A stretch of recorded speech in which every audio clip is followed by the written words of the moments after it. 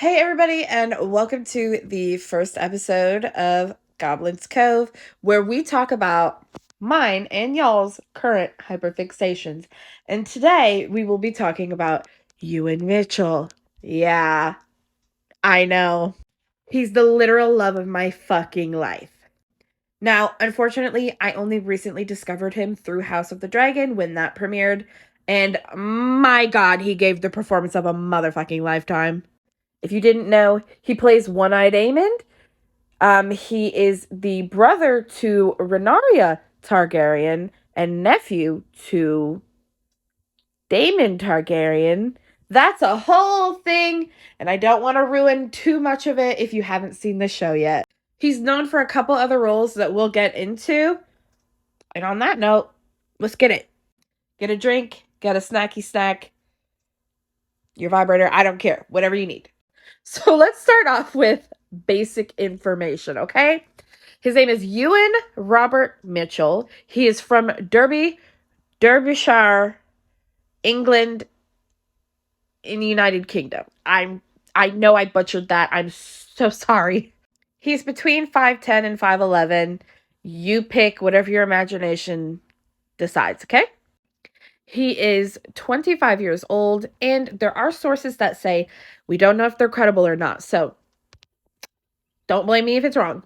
But they do say that he was born on March 8th of 1997, which means he just had a birthday. But it also means for my astrology girlies that he is a Pisces.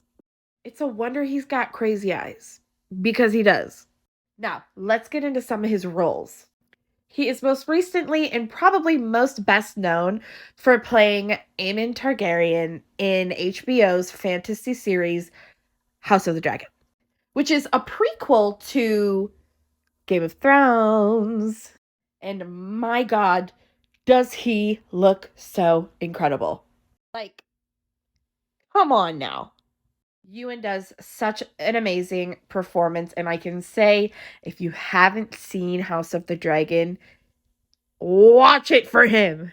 He is also well known for playing the character Osferth in the medieval kind of fantasy series The Last Kingdom. His character starts off kind of meek and quiet, but my god, by a couple episodes in, I'm hooked. Now, I haven't personally seen this next series. It's called World on Fire. It's a period piece based after World War II, and he plays a very randy character named Tom Bennett. Now, another film that I really, really want to see is the movie Highlife. He plays a character in that. It also stars Mia Goth and Robert Pattinson. Now, it's really not a wonder as to how he's hypnotized and completely enraptured millions of people across the globe. The dude is so incredibly talented and dedicated to his craft. Now, let's get to the good stuff. Now, being a part of his fan base, a lot of us were incredibly surprised when he did an interview with The Face magazine. Why, you may ask? Well, Ewan is a pretty private person. He does not have any social media and doesn't really put any of his information out there. He's never done an interview with anybody. So, this is a huge deal, okay? The title to the interview is Ewan Mitchell, Master of Reality. So, in some of the first bit, they start off by saying that he puts 7 sugars in his coffee. And then we'll dwindle that down to about 4 or 5 if he needs another cup. Talk about a sugar rush. There's also something within the article that the writer states he has crescent moon shaped features. And I have never heard a better description of his face. It is literally a crescent moon. Very angular, very sharp, very attractive. They also say he's a very serious, very sober person and is a man of few words. For that, his friends often call him the iceberg. Really sticking to that mysterious vibe. So, Mitchell started acting right out of school in 2015, which is the same time I graduated. And though he did start kind of young, he did hold normal teenage jobs. He worked a job at an amusement park and even was a waiter. But at the age of 17, he was introduced to Workshop. Workshop is a world renowned drama group that gives working class teenagers a chance to get their foot in the door of the acting scene, which is fantastic for teenagers who really wouldn't have another way of getting in. Bella Ramsey, which is in The Last of Us, also went through Workshop. They are this lovely human being. Once Ewan was accepted, he spent 2 hours once a week practicing and honing his skill. Now, he didn't just do it at Workshop, he also did it at home.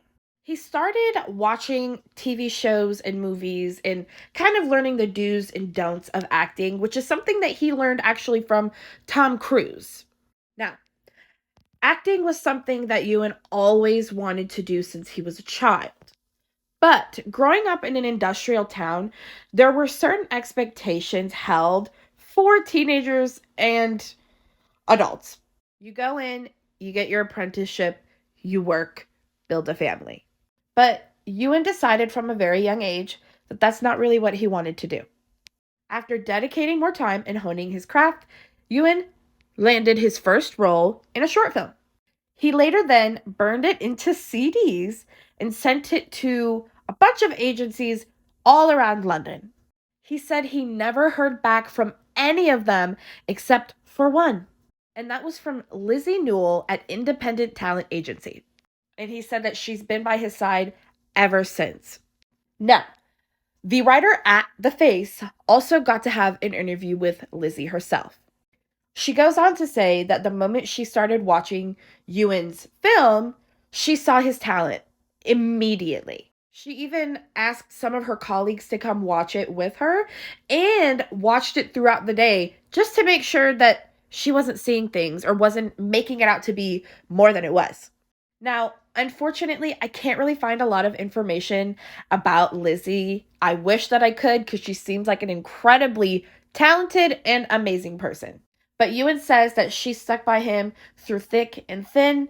And honestly, Lizzie, we thank you for introducing him to us. And we also thank you for giving him that opportunity. So she sounds like a pretty cool person.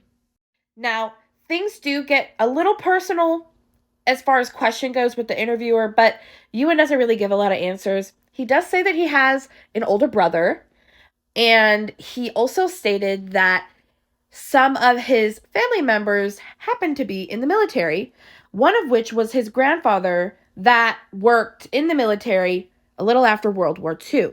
I wonder if that held any sort of inspiration for his character in World on Fire.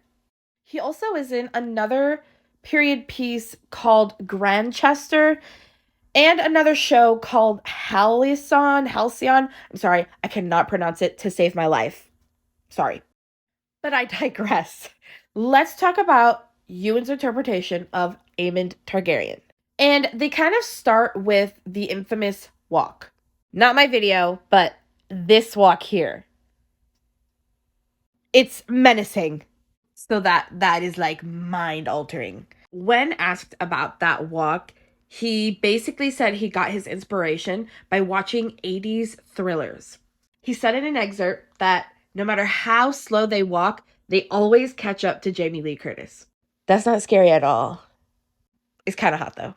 Now, even though Ewan does not really claim to do a lot of method acting, he does take kind of little pieces of it and has kind of created his own way of acting.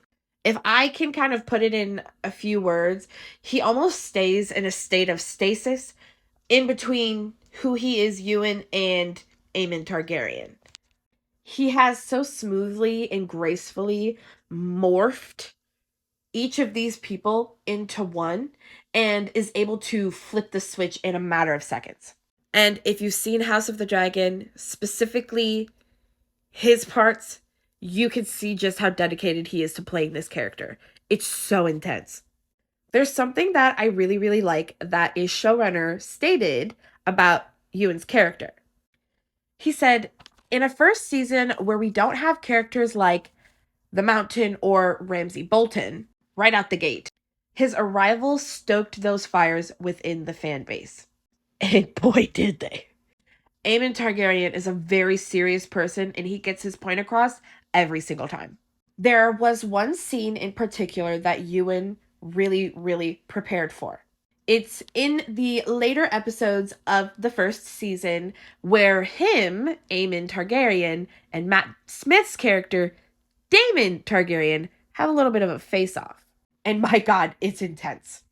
So, with the permission of Matt Smith and his directors, Ewan decided to completely avoid Matt Smith until it was time to shoot that scene.